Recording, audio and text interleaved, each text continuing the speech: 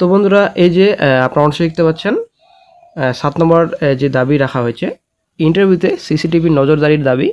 Interview প্রক্রিয়ায় সমস্ত রকম বেনিয়ম রুখতে ক্লোজ সার্কিট টেলিভিশন মানে সিসিটিভি ক্যামেরার মাধ্যমে পূর্ণাঙ্গ নজরদারি নিশ্চিত করতে হবে এবং সেই অডিও ও ভিডিওগ্রাফি সংরক্ষণ করতে হবে। এই যে একটা গুরুত্বপূর্ণ পয়েন্ট একটা দাবি রাখা হয়েছে, এটা কিন্তু খুবই গুরুত্বপূর্ণ। তো আজকে যদি আপনারা ভিডিওটি দেখেন সম্পূর্ণ, তো আশা করি আপনারা সম্পূর্ণ ক্লিয়ার বুঝতে পারবেন। এই যে একটা মেন একটা পয়েন্ট, একটা গুরুত্বপূর্ণ পয়েন্ট অ্যাড করা হয়েছে, দাবি রাখা হয়েছে, ঠিক আছে। কেন দাবি রাখা হয়েছে তো অবশ্যই বন্ধু ভিডিওটি সম্পূর্ণ দেখুন, আশা করি সম্পূর্ণ তথ্য আপনারা এই ভিডিওতে পাবেন।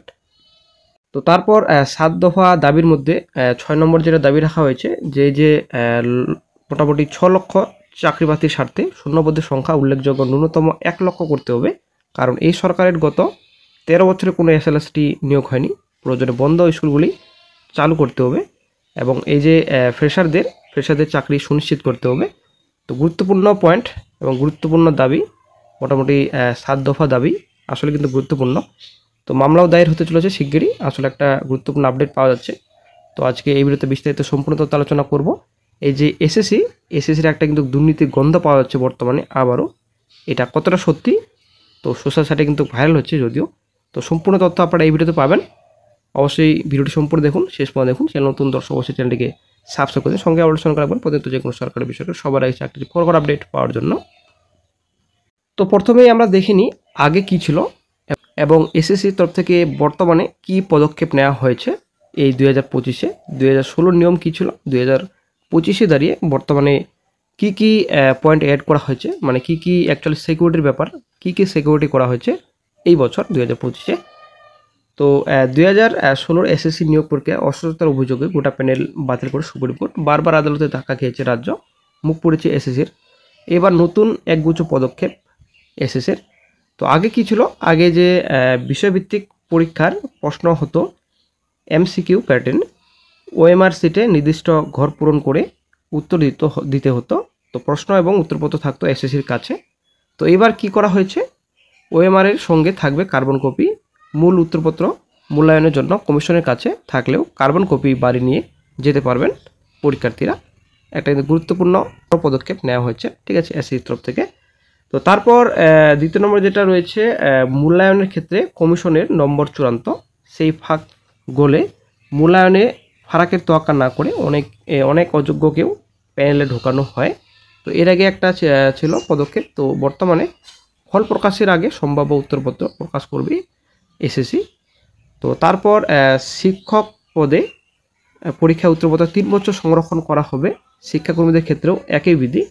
তো এই যে শিক্ষক পদের জন্য ওএমআরসির উত্তরপত্র যে রয়েছে, তো 1 বছর পর্যন্ত সংরক্ষণ করতো এর আগে কমিশন, ঠিক আছে। তো শিক্ষাকর্মীদের ক্ষেত্রে এই বিধি ছিল না। তো বর্তমানে কিন্তু এখন 3 বছর কিন্তু সংরক্ষণ করে রাখবেন এসএসসি, ঠিক আছে। এবং শিক্ষাকর্মীদের ক্ষেত্রে কিন্তু কোনো রকম বিধি ছিল না সেরকম, এবার কিন্তু সেম একই বিধি কিন্তু লাগু করা হচ্ছে টিচিং নন টিচিং স্টাফ দুটি পোস্টেরই। দেন চলে আসছি নেক্সটে, উত্তরপত্রের মিরর ইমেজ এসএসসির কাছে ছিলই না, স্ক্যান কপির হার্ড ডিস্কও কমিশনের কাছে ছিল না।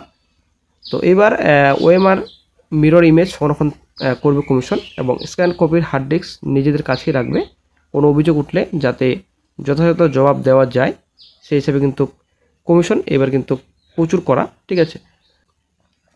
ইন্টারভিউ রুমের স্বচ্ছতাতেও কিন্তু প্রশ্ন উঠেছিল। তো পরীক্ষার কম এবং ইন্টারভিউ বেশি নম্বর, রহস্য বোঝা কঠিন ছিল।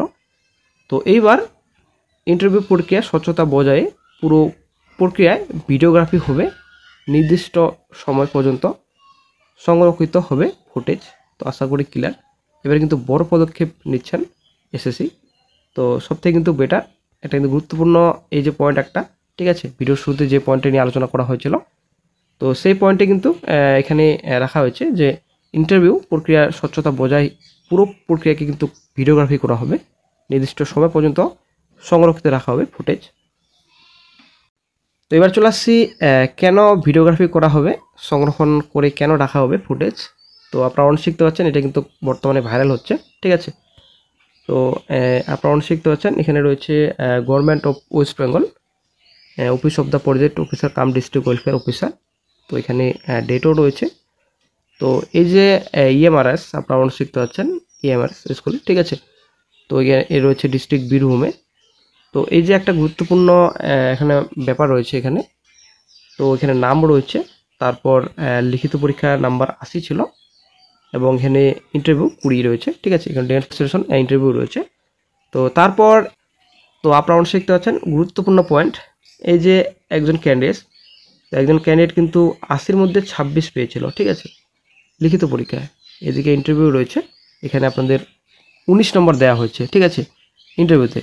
তার একজন ক্যান্ডিডেট লিখিত পরীক্ষা পেয়েছিল 41, 26 কোথায় 41, ঠিক আছে।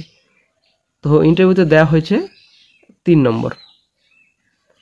তো টোটাল এখানে 26 পাওয়া রিটেন লিখিত পরীক্ষায় ক্যান্ডিডেট কতটা এগিয়ে গেছে, 45 হয়ে গেছে, এবং 41 পাওয়া ক্যান্ডিডেট ইন্টারভিউতে এখানে 3 দেওয়া হয়েছে, এবং এদিকে 44, ঠিক আছে।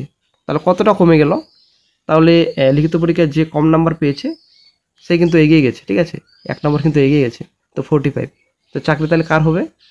অবশ্যই ইন্টারভিউতে বেশি নাম্বার পেয়েছে এবং লিখিত পরীক্ষা কম নাম্বার পেয়েছে, তো তারই কিন্তু চাকরি হবে। তো এই যে একটা ব্যাপার, তো এই ব্যাপারটি নিয়ে কিন্তু প্রচুর সোশ্যাল মিডিয়া ভাইরাল, আপনারা অনেক শিখতে পাচ্ছেন। তো আসলেই এরকম যেন এসএসসিতে না হয়, এটাই প্রার্থনা, এবং এসএসসি যেন এরকম ভাবনা না করে এবং স্বচ্ছতা যেন বজায় রাখে ইন্টারভিউতে, প্লাস লিখিত পরীক্ষায় স্বচ্ছতা বজায় অবশ্যই রাখবে কমিশন, এটা ভরসা রয়েছে কমিশনের কাছে।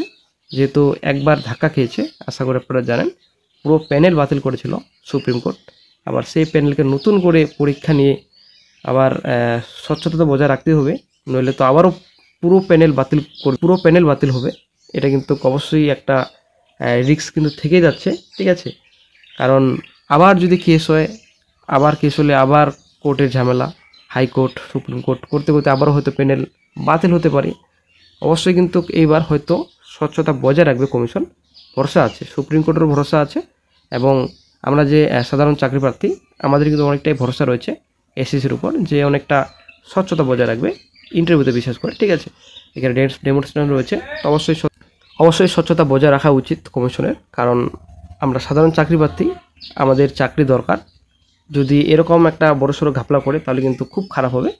যদিও এখানে অনেক ব্যাপার রয়েছে, একজন প্রার্থীকে 20-র মধ্যে 19 দেওয়া হয়েছে, এখানে হয়তো একটা বড় ব্যাপার রয়েছে। তো নইলে 20-র মধ্যে 19, এখানে লিখিত পেয়েছিল একজন ক্যান্ডিডেট 26, ঠিক আছে, লিখিত পরীক্ষায় 41 পেয়েছিল একজন ক্যান্ডিডেট, কিন্তু তাকে ইন্টারভিউতে 3 দেওয়া হয়েছে, ঠিক আছে।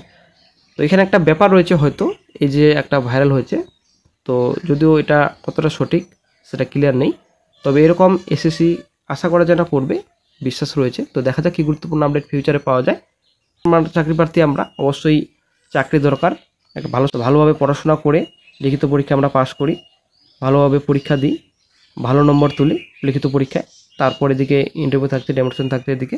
তো অবশ্যই কিন্তু ভালো পরীক্ষা দিয়ে কিন্তু আমরা নেক্সট স্টেপে এগিয়ে ইন্টারভিউতে আমরা এসেছি। তো ইন্টারভিউতে যদি আমরা কম বেশি একটা থাকতে পারি নাম্বার, কিন্তু সে এত বড় নাম্বার একবার কম বেশি হবে সেটা কিন্তু মেনে নেওয়া যায় না আসলে। তো দেখা যাক কী গুরুত্বপূর্ণ আপডেট ফিউচারে পাওয়া যায়। তো এই অস্বচ্ছতার কথাই কিন্তু বলা হয়েছিল থাম্বনেলে। তো একদিকে তো ফ্রেশাররা মামলা দায়েরের জন্য একটা মিটিং করেছেন, তো আশা করা যায় খুব শীঘ্রই একটা গুরুত্বপূর্ণ আপডেট পাওয়া যাবে। যদিও কমিশনের তরফ থেকে অনেকটাই প্রতিশ্রুতি এবার, যে অনেকটাই স্বচ্ছতার সহিত প্যানেল তৈরি করা হবে, ঠিক আছে। যদিও সুপ্রিম কোর্টের নির্দেশ, আশা করি আপনারা জানেন, সুপ্রিম মন্তব্য যে একজনও যদি অযোগ্য চাকরি প্রার্থী প্যানেলে সিলেক্টেড হয় তাহলে কিন্তু কড়া ব্যবস্থা নেবে সুপ্রিম কোর্ট, এটা কিন্তু ক্লিয়ার বলা হয়েছে সুপ্রিম কোর্টের তরফ থেকে। আশা করা যায় না কমিশন কোনো রকম কোনো খামতি রাখবে স্বচ্ছতায়।